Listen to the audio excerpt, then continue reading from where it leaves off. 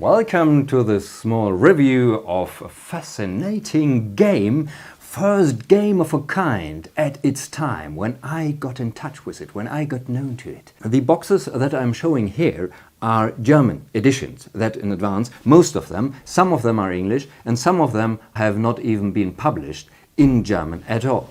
And so I am very happy that I can present you now the complete boxed series of Dungeons & Dragons, the original role-playing game ever.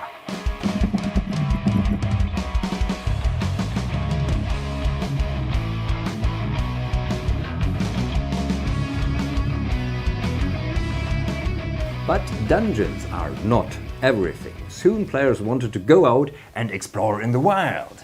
And, of course, the players, with their fantasy being fueled so well, wanted to get out. And for this, we have the blue box, the second box, Expert Rules, or Experten Set in German. So this is the box which I bought first and gave back because it was the wrong box for experience level 4 to 14. This one here, again, with a brilliant title. So very, very, very nicely made. Inside this box, we have, well, first here would be an own adventure included in the box. A very nice adventure, the Insel des Schreckens, Island of Dread, I think is the English title, sorry. And this sets the tone, this adventure, because now we're going out. Now we can not only explain dungeons, but also the wilderness. And we have a beautiful map in here. Again, in its simplicity, it is a very nice map, I have to say. Very simple symbols, all with these hexagons, and you can, by this, exactly calculate how long you will take if you go from one part of the woods to the other part. You have even the borders of different kingdoms and influential spheres. You have the rivers and everything like that. So a beautiful map to play on. But of course you do not only have the big map, you also have your basic dungeons, like here, like before, and you have outside maps of villages and stuff, like here, what you have here. And again, this was in the middle of the adventure, so that you can take it out without damaging the whole adventure pack all in all. And of course, as before, we have a separate title page, and even here we have it a bit bigger, so we can open it. We have a story here,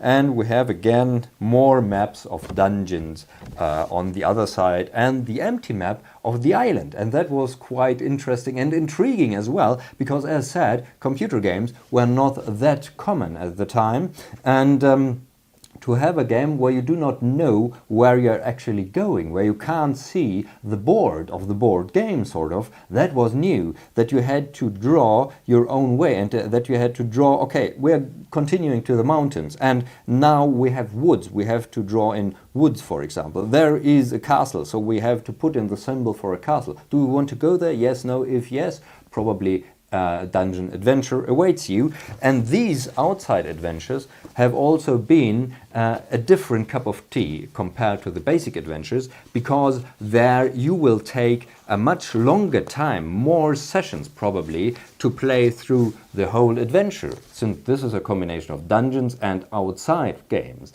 And so this really set the tone for a new direction of the fantasy role-playing adventure. Now you have been outside, you could go outside, you could play over many D&D sessions, you could develop your characters even better than before. And to achieve that you needed the rules, of course, and this is what we have here. So the blue rules, again, with the same cover like the box, and again black and white, of course, as always.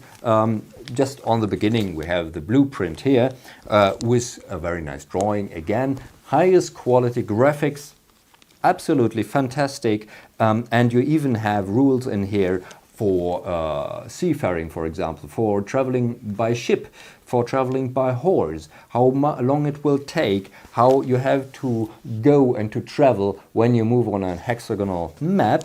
And of course included here is the monster section, special monsters for outside and more powerful monsters. So the monsters scaled with the experience levels.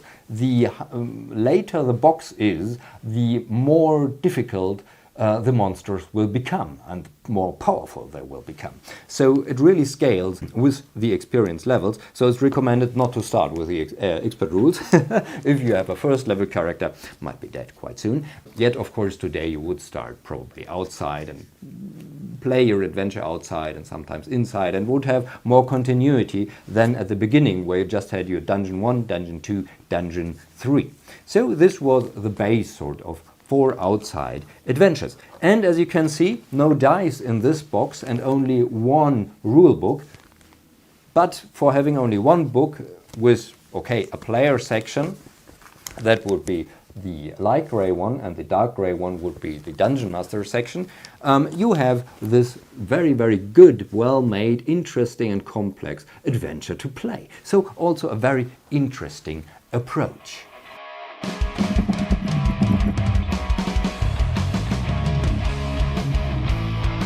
The next rules we have are the Companion Rules, oder Ausbauset in German. The Companion Rules being of this blue-greenish color, a bit more green I think in the German edition, again with a beautiful picture, title picture on front. Elmore is really a fantastic artist here. I think they are from level 15 to 25 or 24, I'm not totally sure, I think 15 to 25. Yeah, must be because the master set is level 26. And with these Companion Rules, again, you wouldn't get dice. In fact, you don't get any new dice on any other set but the basic set. And we have here, to go make a quick walkthrough, two rule books again. One for the players, the player companion, which is not that thick, so it's not too much information, but interesting information nonetheless. Fantastic graphics, really nice dragons drawn here. Dungeons and Dragons, well, that's to the name. Armor, which does not scale in this case with the levels. So if you have scale mail, a normal scale mail is weaker than, I think, weaker than a chain mail, and the band mail here is stronger than a chain mail, but not as good as plate mail. And it's also when you start a new group, but also know the Companion Rules, then players can take scale mail or band mail, whatever they want and they wish. And you have the class descriptions. At that time, as said, we have only the classes. We do not have races or something. An elf is an elf, and a cleric is a cleric, and that's it. And when you progress through the levels, you have here the additional spells you get per level. You have the experience you have to gather so you can level up, and you have all the other stuff. Special rules included here. Quite interesting rules, in fact, how a fighter can become a paladin, for example, or a cleric may become a druid, and some illustrations are repeated, in this case from the basic set, for example, in this set, but still brilliant, very nice to read and very nice to see. The spells are sorted into the level of the spell, and here we have the higher level spells, while we had level 1 and I think level 2 in the basic set. The higher levels came with the expert set and with the companion set. So you wouldn't know more powerful spells before you have bought and read the Companion Rules. That's also interesting. As said, the whole system scales with the experience level mentioned on the rulebook. For the Dungeon Master's Guide, what I forgot to mention is, apart from the monster section, here with a very, very nice beholder, the magical section, which is also quite inspiring and nice. Just lists and lists of magic items sorted into different categories like rings or weapons, swords, wands, staffs and so forth, with their special rules and with their fascinating abilities to stun players when they find them. Oh great, I have found a ring of invisibility, or I found an intelligent sword that tries to control me. Not that good maybe. Moreover, this system also features a combat system for warfare. We have sort of advanced from wilderness adventures to governing the wilderness, or governing kingdoms in this case. Already in the expert set you could buy parts for fortresses, but here you have the rules for real warfare. You have the Kampfmaschine in German, which defines how hundreds of people, hundreds of mercenaries, hundreds of soldiers can fight against each others, from goblins riding on wolves up to knights in full plate armor, bowmen, longbowmen, and so forth. All this is defined. The Kampfmaschine worked more or less well. It was a first try, I would say. Interesting nevertheless. I wouldn't say it was bad, but it was a very good try on it, and it opened a whole new avenue again, because before it was just your group, and you could have hirelings, yes, who helped you, yes. You could maybe even have a small castle, yes, but you couldn't really attack another country or another castle. You couldn't really defend against hordes of orcs like in Lord of the Rings that would attack. So these epic battles weren't possible with the rules before. And the Kampfmaschine opened the world of these, well, warfare for the players, and made it accessible and gave inspiration for players and dungeon masters to adjust the rules to run just a tiny little bit smoother. So that was the companion set. The other thing that the companion set also introduced was other domains. You also had the ethereal domain in the expert set and stuff like that, and now you could really assess also other dimensions, the dimension of fire, for example, of water, of earth, and you could travel to them. You could have portals, sort of discs that you couldn't see from the side because they were like discs a bit, but much thinner. But if you looked at them from up above, then you would see a circle of the color of the domain behind it, for example, red for the fire domain. And of course, the elementals that already turned up in the expert set had a full go here, so you could encounter really difficult and dangerous elementals as monsters. Now let's proceed to the Master Set, shall we?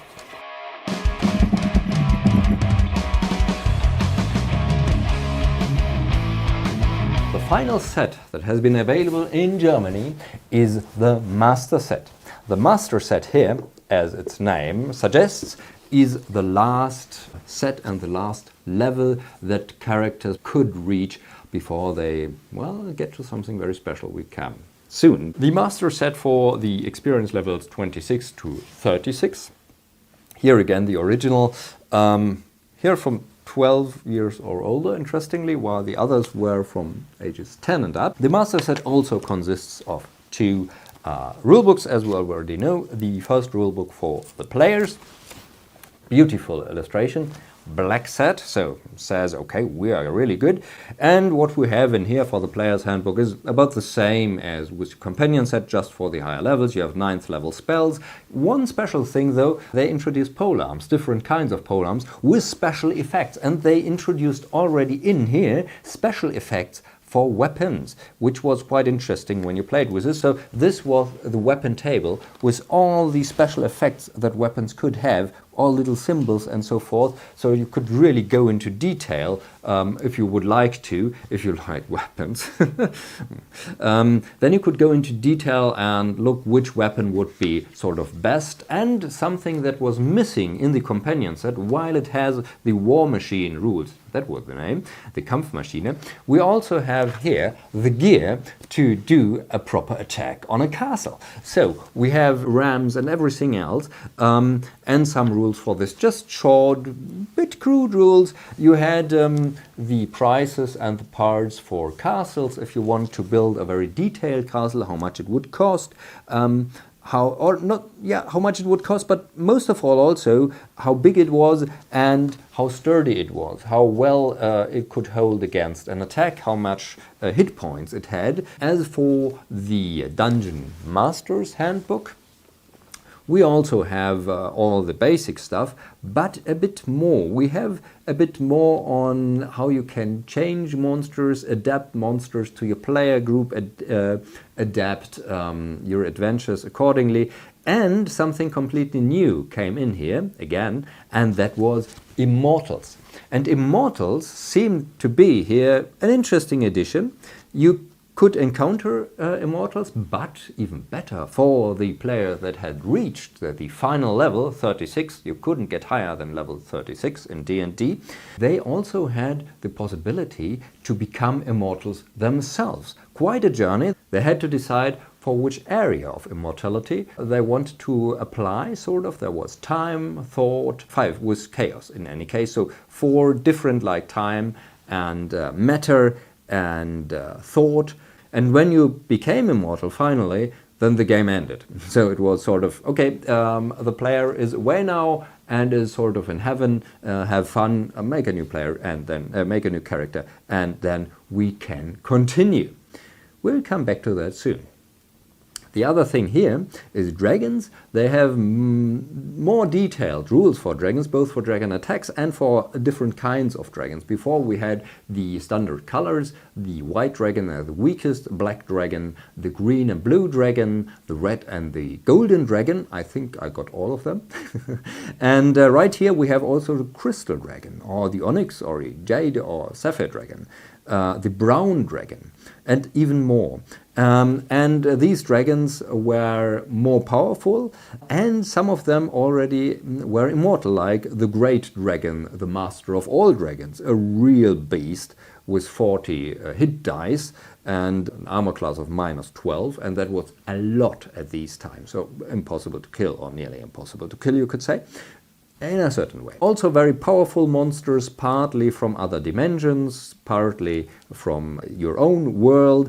More of this was artifacts. You could create artifacts, so immortals could create artifacts and could add certain features to these artifacts. And this is the feature list where you could choose from.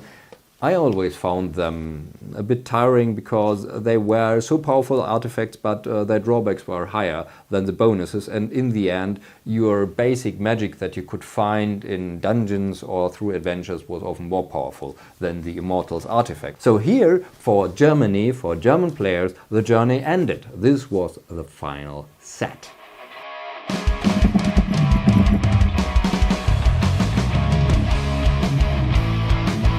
But we are not at the end yet.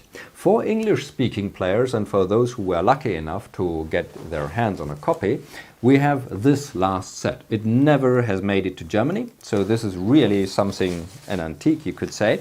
The Immortals Rules. Already in the Master Set we have heard that you could become immortal as a player, but what to do when you are immortal? Well, you are away, sort of. Not really. If you get the Immortal set, now from age 14 and up, not only 12 and up, then you have this beautiful Player's Companion and Dungeon Master's Companion with a lot on adventure planning, with special rank advancement, nice titles for the Immortals, the Temporal with 5 ranks, the High Temporal, the Celestial with 5 or with the Novice 6 ranks, Empirical, the Eternal and the Hierarch. Each of these has their own hit points, of course. They get better and better. Not that overpowered, I must say, but their secondary abilities have been great because they could just create avatars at their will. And an avatar means, in this case, that you could just create a 5th level fighter, if you wish, and sort of drop that fighter on Earth or on the world of D&D and let the 5th level fighter, who is you, but only a part of you, an avatar, fight that in another adventure group. So you could join other adventure groups of any level, 1st to 36th level, and just add the character of your liking to this group, and it's still your character, but just a part of this character. So great flexibility. Of course, you could also battle with other immortals. You could fight for getting a higher rank, for example, and with quite interesting rules with your own domain that you could protect, domain somewhere in the other dimensions, hidden from the view of mortals, hard to get to. And you have really interesting monsters here, of course. Again, a monster list included in this Dungeon Master Guide. Monsters that are so powerful that even the immortals, like the Dragon, one of the most powerful monsters ever, would struggle to win against these. So these were really dangerous. Since you are immortal, now it's not that dangerous to die, but there is a certain danger still persists. It could happen that you still die permanently. while this is unusual, it could be. So you have to be a bit careful still, and it's much to politics and to shaping alliances with other immortals out there, and all that stuff that the old Greek gods did when they made their little political games. For the player's handbook, we have almost the same here, so different attack forms, the explanation of completely new kinds of attacks reserved for immortals, but as you see it's pretty thin, so there are not too many rules to explain here.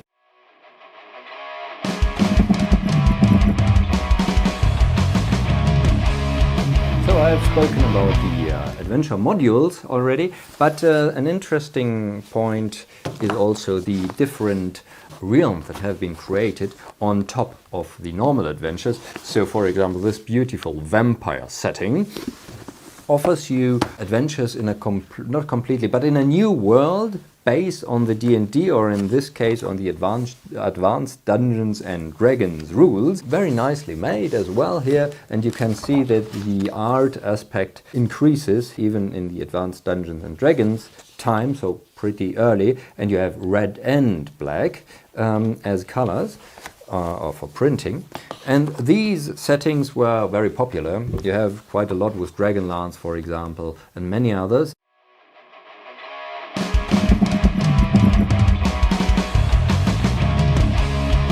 So that are really all the sets of the good old D&D, of the first role-playing game ever in existence, something that revolutionized not only the board game market on people's minds, but also a whole computer industry, I think, because it inspired to create your own fantasy worlds. So what are my thoughts on the different role-playing games here? They are pretty old, and D&D has been criticized for being hack and slay.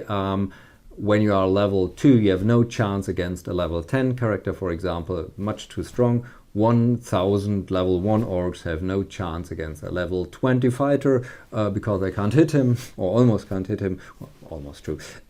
Stuff like that. But what I think is the simplicity of the old system had also a certain appeal. For once, as said, it was a completely new kind of gaming, something that hasn't been there before, and exploring the worlds in your fantasy was sort of more important than having more and more detailed rules. We are coming back to that in these days again, that story-driven adventures are more interesting than sort of rule-driven and extremely detailed adventures where you can see where exactly a hit has landed and what it accomplishes and so forth. D&D is not about realism, and some people mistake it for being a sort of realistic system. It's not. It is really about the story, and for the time, in its simplicity, it filled quite a nice hole there, and it filled it pretty well, as you can see by the success of the system. And still today it has its appeal. If you are trying it, if you are playing it, yes, it has many drawbacks. There are better systems out there, no wonder many years have passed since the publication of these, but still the simplicity of the system, the focus that you can have on going on adventures, not so much a complex story, but the actual adventure, the action, the hack and slay sort of, but all this that's behind it, that's really interesting with the D&D system. So I actually like it, and I love the Staff Launcher system because it is really 80s sci-fi in essence. It's great 80s sci-fi, and you can do great adventures with this non-political whatsoever system that's just straightforward. Get your spaceship, grab your laser, and that's it. Thanks for watching. If you're interested in a really interesting sport, then I can only recommend Jugger, of course. Jugger is a team sport that looks a bit medieval, since you are fighting like with rugby and fencing combined. So have a look at one of my videos there. So thanks for listening, thanks for watching. If you like it, please like and subscribe, and maybe see you in a later video.